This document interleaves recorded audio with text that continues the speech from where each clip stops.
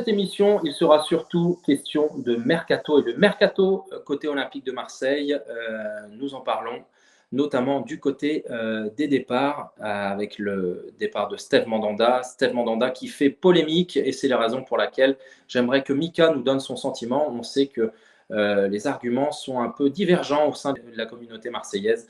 Mika, c'est à toi. Dis-moi un petit peu ce que tu penses de ce départ prématuré lors de cette nouvelle saison. Je pense que le côté affectif et qui biaise un peu le jugement au niveau de Mandanda, c'est sa longévité. On n'a aucun gardien qui a fait autant de matchs à l'OM. Il y a fait pratiquement, on va dire, à part l'intermède de Crystal Palace et son passé au Havre, toute sa carrière, plus 600 matchs en Ligue 1. Il a été du titre de champion avec Deschamps. Donc je pense qu'à partir de là, si tu veux, il a marqué les esprits. Il est présent dans une espèce d'inconscient collectif comme faisant partie des meubles. Et à partir de là, voilà, il est olympien de fait. Mais pour moi, je pense qu'effectivement, il faut observer dans sa globalité. Le fait de dire que c'est un très très bon gardien, ça oui, il n'y a aucun souci là-dessus. Après, le débat, il se situe sur quel est le degré, entre guillemets, de légende du bonhomme. Et pour moi, à ce niveau-là, effectivement, je regarde sur tous les angles. Je pense que sportivement, des gardiens, on en a eu qui étaient meilleurs que lui, Barthez, pour ne citer que lui. Mais ensuite, au niveau de l'homme, je trouve qu'il a toujours manqué d'un peu d'implication, voire de charisme au sein du groupe. C'est-à-dire que c'est quelqu'un qui ne s'est jamais véritablement impliqué. C'est quelqu'un qu'on n'a jamais entendu par ses coups de gueule, par ses prises de position, par son abnégation à sortir le club dans des situations difficiles. Quand le club allait mal, il allait mal aussi en général. Et je pense qu'il fait partie de ces joueurs que le club a plus fait que le contraire. C'est-à-dire qu'aujourd'hui, Mandanda a réalisé de très très belles performances avec l'OM, mais s'il n'avait pas joué à l'OM, il n'aurait jamais été champion de France, il n'aurait jamais été champion du monde. Preuve en est que quand il est parti, c'est pour aller à Crystal Palace, qui n'est pas un top club, qui s'y est très vite retrouvé troisième gardien, et que finalement, c'est que quand l'OM à nouveau est revenu le chercher qu'il a commencé à reprendre du poil de la bête, à retrouver la sélection, mais même là, il s'est permis quelques saisons dilettantes, dont une saison où il était clairement en surpoids. C'est pas quelqu'un non plus qui est dans la transmission. On voit que quand il y a eu la possibilité de passer le flambeau, entre guillemets, notamment avec Brice Samba, ça s'est pas fait. Et Samba a déclaré notamment que voilà, Mandanda était très peu dans ce registre-là. Et là, encore à nouveau, voilà, alors qu'on pouvait attendre à ce qu'il termine sa carrière ici, la perspective d'être en concurrence, c'est quelque chose que visiblement il ne supporte pas, puisqu'il a presque fait toute sa carrière à l'OM dans un fauteuil. Il préfère finalement voilà, changer de club et aller dans un autre qui lui garantit plus ou moins sa place de titulaire. Et rien que sur le principe, je trouve qu'une place, moi, ça se gagne. Il n'a pas à la réclamer. Quoi qu'il en soit, on ne peut pas lui enlever ses statistiques et le fait qu'il aura quand même marqué le club d'une pierre blanche, de par sa longévité, ça, on ne peut pas lui enlever. Ah non, on ne peut pas lui enlever. Par contre, voilà, moi, ce qui me dérange un peu, c'est la... Alors, je ne sais pas les raisons exactes, est-ce que c'est lui qui a demandé à partir, etc. Mais il a 38 balais, je crois. Il avait tout derrière, enfin, tout était tracé derrière pour qu'il puisse intégrer le staff d'ici 1 an, 2 ans. Il y avait une genre de passation de pouvoir à faire. Il est en fin de carrière. Et partir chez un concurrent direct qui est Rennes. On le parlait de lui à Nice. Apparemment, si Galtier était resté, il serait parti à Nice. Parce qu'il y a une question apparemment, je parle toujours au conditionnel parce que je suis pas dans sa tête ni dans les papiers. Mais apparemment, sa famille resterait sur Marseille. Donc, du coup, Nice, c'était beaucoup plus près pour lui. Là, Rennes, apparemment, il y a des conditions qui font qu'il peut utiliser un jet privé. Bon, bref. Voilà, donc moi, ce choix-là de partir dans un club concurrent me dérange un peu. Voilà, après, c'est mon avis, ça engage que moi. Je sais pas, j'ai vu beaucoup de gens le remercier quand même. Alors, je le remercie pour tout ce qu'il a fait pour le club, mais je trouve que c'est finir en eau de boudin de faire ce qu'il fait. Mais bon, après, ça, c'est mon avis. Mais après, le problème, c'est ça fait quasiment plus de 20 ans qu'on est en période de disette. Il arrive en 2007. De 2007 à aujourd'hui, mis à part le titre de 2010 et deux ou trois coupes de la Ligue, il n'y a pas vraiment de trophée. Donc, il a un poste ingrat. Je dis, c'est un gardien de but. En général, on retient les grands gardiens dans les grandes compétitions, dans les grands trophées, dans les grandes saisons. Et malheureusement, à l'OM, mis à part le titre de 2010, et encore qui se décide sur la fin de saison, parce que je me rappelle qu'en janvier, on avait plus de 10 points de retard, il n'y a pas vraiment de points où on peut dire, putain, il nous a fait gagner ça, quoi, tu vois. C'est ça le truc qui fait que pourquoi le terme de C'est légende parce est qu'il n'y a peut-être. pas de match, il y a peut-être pas de match emblématique comme Barthez a eu son OM Milan, où il avait eu Voilà. aussi, je ne sais pas si vous vous souvenez, ce Glasgow Rangers OM, son baptême du feu en Coupe d'Europe avec Marseille, lors de matchs de poule de Ligue des Champions, où il sort un match absolument dantesque dans des conditions très british.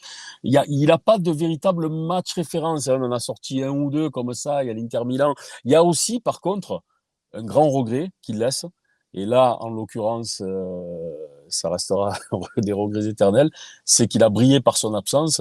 Et Dieu sait s'il nous a manqué lors du quart de finale de Ligue des Champions, un quart de finale qu'on n'a plus rejoué depuis contre le Bayern en 2012.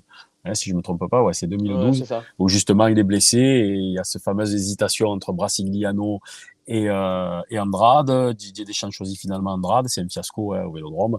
Et voilà, bon, on s'en rappelle tous. Peut-être que si ce jour-là, lors de ce quart de finale, il est là, il aurait peut-être eu l'occasion de rentrer un peu plus dans l'histoire. Je ne dis pas on aurait éliminé le Bayern, mais on aurait peut-être été sans doute moins ridicule. En tout cas, on se souvient qu'au tour précédent contre l'Inter Milan, il avait été extraordinaire, quoi. Extraordinaire.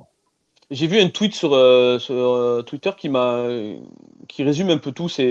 Il y a la génération des moins de 30 ans qui ont grandi avec Mandanda. Donc pour eux, Mandanda est une légende. Et puisqu'ils ont connu quasiment que lui dans les buts de l'OM, on a vu que lui d'ailleurs jusqu'à maintenant, pour les mecs de moins de 30 ans. Et il y a ceux qui approchent comme moi de la quarantaine ou plus et qui ont connu des Barthez, des Kopke et d'autres gardiens pour les plus âgés. Et là, il y a débat.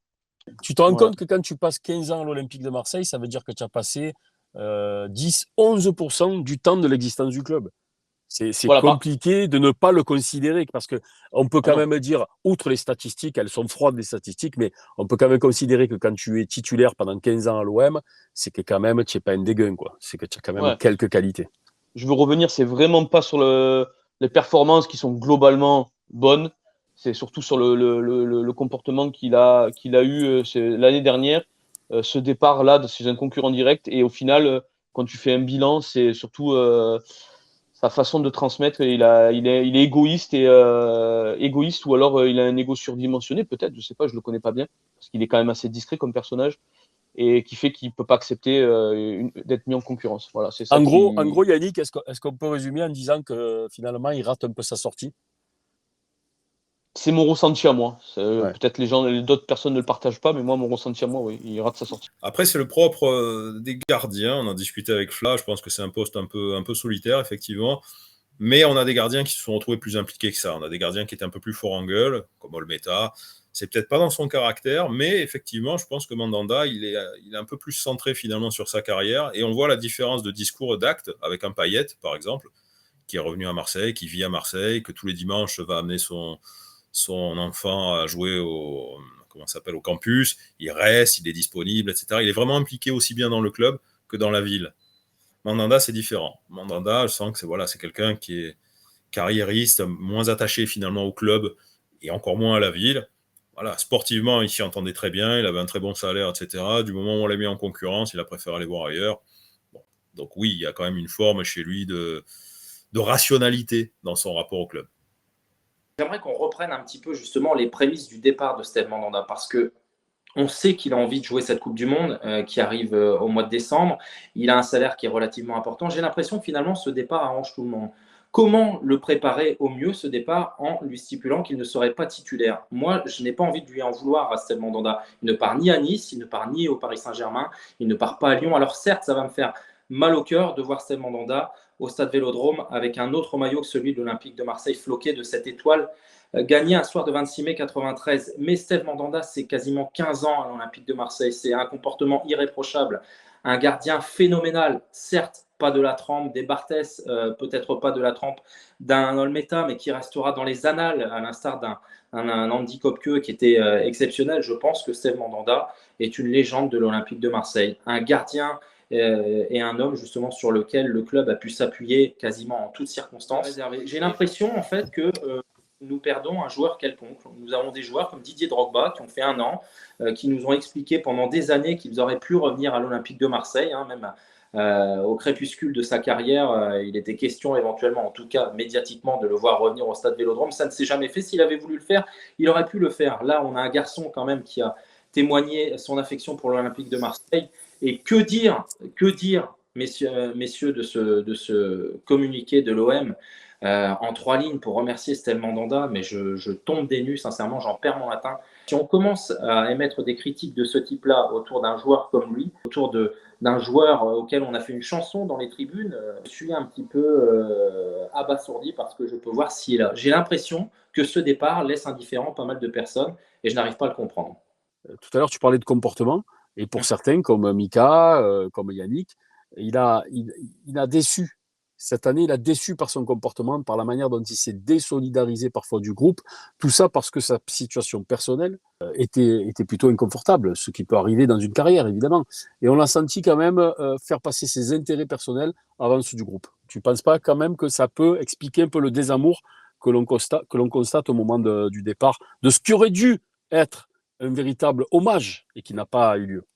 Le problème, si tu veux, c'est que je n'ai pas entendu le même son de cloche. Peut-être que vous avez raison de me dire que le comportement de Steve Mandanda n'était pas à la hauteur de ce que nous, supporters de l'OM, et de ce que l'OM mérite aurait mérité qu'il soit. Mais j'ai entendu des journalistes aussi dire qu'il avait un comportement exemplaire. J'ai entendu des journalistes faire son éloge par rapport à la situation qu'il vivait. J'ai entendu un Paul Lopez nous parler de Steve Mandanda et de la réciprocité qu'il y avait entre les deux de manière très positive. Donc j'ai du mal aussi à comprendre que toutes les critiques puissent être cristallisées par rapport à un comportement en fait qui ne fait pas l'unanimité dans la perception des choses. Le son de cloche en fait n'était pas unanime. J'ai entendu vraiment des arguments et des choses divergentes à ce sujet-là. Donc oui, j'ai du mal à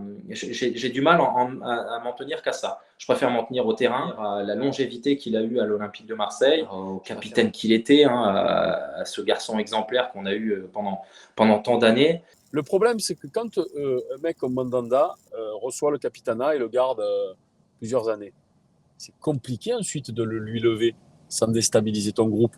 Tu sais que ça peut faire des clans, tu sais que ça peut faire ensuite mettre de l'eau dans le gaz, et tu sais à quel point l'équilibre d'un groupe est parfois fragile, et tu peux démarrer sur des malentendus comme ça qui t'amènent ensuite à une sortie de route. Tu vois, en fait, le péché originel, c'est quand on lui a donné ce brassard. Mais je crois qu'après, Garcia avait fait un roulement, un turnover sur le capitanat, si je ne me trompe pas. Ouais. Rappelez-vous que ça grinçait des dents. Moi, j'estime qu'un capitaine, c'est un joueur de chance, c'est pas un gardien de but. Donc, si tu veux, à la place d'un entraîneur qui prendrait le brassard de Mandanda pour le donner à quelqu'un d'autre, ça ne serait pas le garçon lui-même, Steve Mandanda, que je viserais, mais plutôt le poste de gardien de but. Je pense qu'on a voulu que Steve Mandanda fasse des choses qu'il n'était pas à même de faire. On lui a donné un rôle en fait dont il ne voulait peut-être pas, ou alors qu'il n'allait pas forcément, qu'il ne lui collait pas à la peau.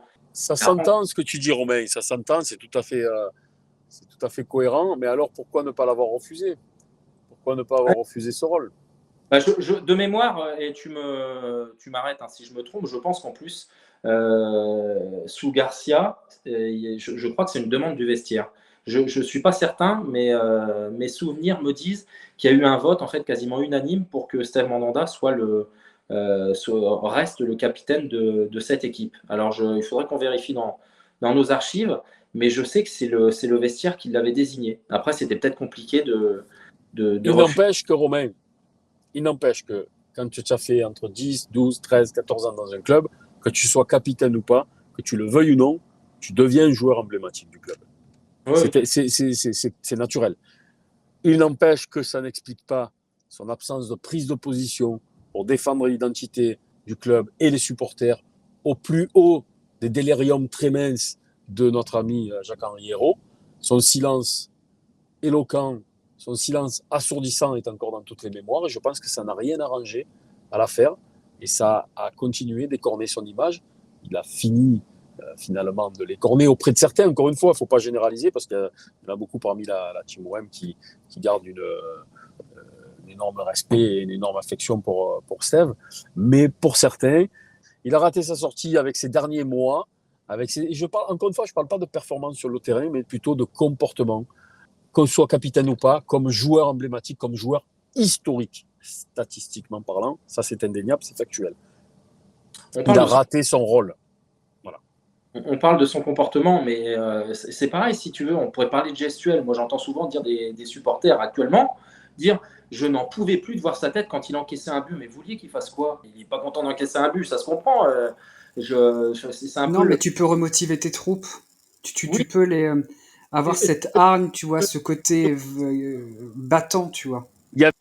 je prends l'exemple de Jacques-Henri Hérault là, qui se défend, c'est un argument, donc j'ai aucun mal à l'écouter, à l'admettre. Mais vous voulez qu'il fasse quoi en fait vis-à-vis de son employeur à ce moment-là, c'était le Mandanda, qu'il prenne position? Romain, je vais répondre à tes deux questions.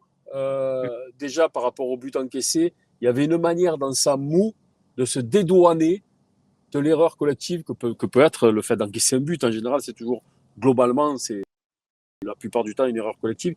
Il y avait toujours, putain les gars, vous faites chier, vous n'avez pas tenu le rôle qu'il fallait sur cette action-là, vous n'avez pas été là au bon moment. Il y avait toujours une manière de faire ressentir, comme il disait Fla, le fait de ne pas remotiver les troupes, de se dédouaner. Voilà, moi je le ressentais parfois comme ça. Et concernant ta question sur le fait d'intervenir ou pas au moment de Jacques-Henri Hérault, qu'est-ce qui t'empêche à un moment donné de faire une sortie publique ou d'aller le voir ou de faire un communiqué, ou de t'afficher, tu sais, tu peux le faire de manière subtile aussi, en passant des messages subliminaux, de t'afficher par exemple avec des supporters, avec des groupes de supporters, au cours de je ne sais quelle fête ou commémoration ou anniversaire. Il est très facile d'aller à la rencontre des supporters, de faire une petite déclaration bien sentie, tu sais, de manière intelligente et légère et voilà, sans être polémique, sans vouloir forcément rentrer dans le lard, mais de manière à faire sentir la communauté, les groupes de supporters et les gens qui aiment l'institution que tu te places de leur côté et que tu ne restes pas neutre et silencieux dans des moments où la situation implique une forme de binarité. Tu ne peux pas être neutre quand il y a quelqu'un comme Jacques-Henri Hérault qui crache sur le club, sur la ville. Bon, bref, j'en passe des meilleurs. Voilà, c'est un peu ce que je me fais un peu le porte-parole des mécontents, hein, mais je suis pas loin de le penser quand même. Il a raté un petit peu son entrée dans la légende par ces occasions-là, par ces opportunités-là. Et je parle encore une fois en dehors du terrain. Ça, honnêtement, pour moi, s'il avait couplé ça, cette performance sur le terrain qu'il a eu au cours de ces 15 saisons, s'il avait couplé ça avec un comportement un peu plus exubérant, passionné, affectif, j'ai envie de dire méditerranéen, méridional, il serait rentré dans la légende. Et méridional, ça ne veut pas dire être né à Marseille. Hein. Gunnar Andersson était suédois, hein. Il était très méridional. Ouais. Jean-Pierre Papin était du Nord, était de Valenciennes, de Boulogne. Et il n'y avait pas plus sudiste dans l'âme, dans l'esprit, dans sa manière qu'il a eu de s'épanouir à Marseille que JPP. Mandanda aurait très bien pu aussi prendre position lorsque Hugo Ouvrard avait le projet Agora, ne serait-ce que par un petit post Instagram avec une photo des ultras du virage nord et du virage sud. Tu mets juste on aura toujours besoin de vous ou merci de votre soutien depuis toutes ces années. Vraiment un petit truc bateau comme ça. Subtilement, ça montre qu'il reconnaît qu'ils sont indispensables à la vie du club et même au football en général. Et ça te permet de pas trop non plus écorner ton image. Et ça, il aurait pu le faire et c'est pas méchant. C'est pas trop demandé. Et le fait qu'il ne l'ait pas fait, je trouve que ça montre son côté un peu dépassionné du football. Enfin, en tout cas, c'est ce que ça montre. Je ne dis pas qu'il est dépassionné. On se demande s'il a vraiment cette mentalité marseillaise d'avoir vraiment le foot au trip, tu vois. Là, tu parles du capitaine pour moi. Tu ne parles pas de Steve Mandanda particulièrement. Et je pense, quelle est la dernière personne en fait qui est montée au créneau? Le dernier joueur vraiment qui a voulu montrer ce que c'était l'Olympique de Marseille et qui a montré qu'on ne pouvait pas galvauder l'image de l'Olympique de Marseille lors d'un match. Je vais te le dire, c'est Alvaro dans un registre différent. Vous avez vu et un peu Payet aussi quand même, par rapport aux supporters. Il a pris position, Payet à l'UNFP, il a tout pris ça. Position, quand même, hein. Moi, je trouve que Payet, bon, je suis pas Payet, fan de Payet, voilà, hein, je suis pas. Mais honnêtement, je trouve que il a exprimé une manière de solidarité avec les supporters, avec le peuple marseillais cette saison, qui lui Mandanda n'a jamais pu finalement obtenir par sa timidité, son recul un peu trop parfois calculé, j'ai l'impression, voilà. Et tu sais, quelque part ça, voilà, il en paye un petit peu les pots cassés justement de cette absence d'implication, d'engagement. moi, ce que je voudrais dire aussi, c'est au cours de ces 15 années, la phrase bouclier de Steve Mandanda pour se sortir du guêpier, c'est des crises, j'en ai connu, ça ne sera pas la première et ça ne sera pas la dernière. Et moi, j'ai assisté à des conférences de presse, à énormément de conférences de presse, notamment à l'époque de Didier Deschamps, les années 2011, 2012, 2013, et à cette période-là, il y a eu des hauts, puisqu'il y a eu évidemment le titre et les victoires en Coupe de la Ligue, mais il y a eu des bas aussi, rappelez-vous, l'affaire avec les Winners, l'affaire avec Anigo, l'affaire le Bayern, la grève des supporters, la Brune, enfin, Deschamps qui était au bord de la dépression, qui avait pris 15 kilos, rappelez-vous, et Ouais. Mandanda qui était capitaine. Et Mandanda, il montait aux conférences de presse, il ne se mouillait jamais. Il n'a jamais pris position ni pour l'un ni pour l'autre, ça peut se comprendre, mais il aurait pu au moins, à un moment donné, taper du poing sur la table et dire bon, maintenant ça suffit, il faut faire passer l'institution en premier, arrêtez de se... Non, c'était, oh, vous savez, déjà il disait ça. Vous savez, des crises, j'en ai vu passer, il y en a eu à l'OM, il y en aura encore après moi.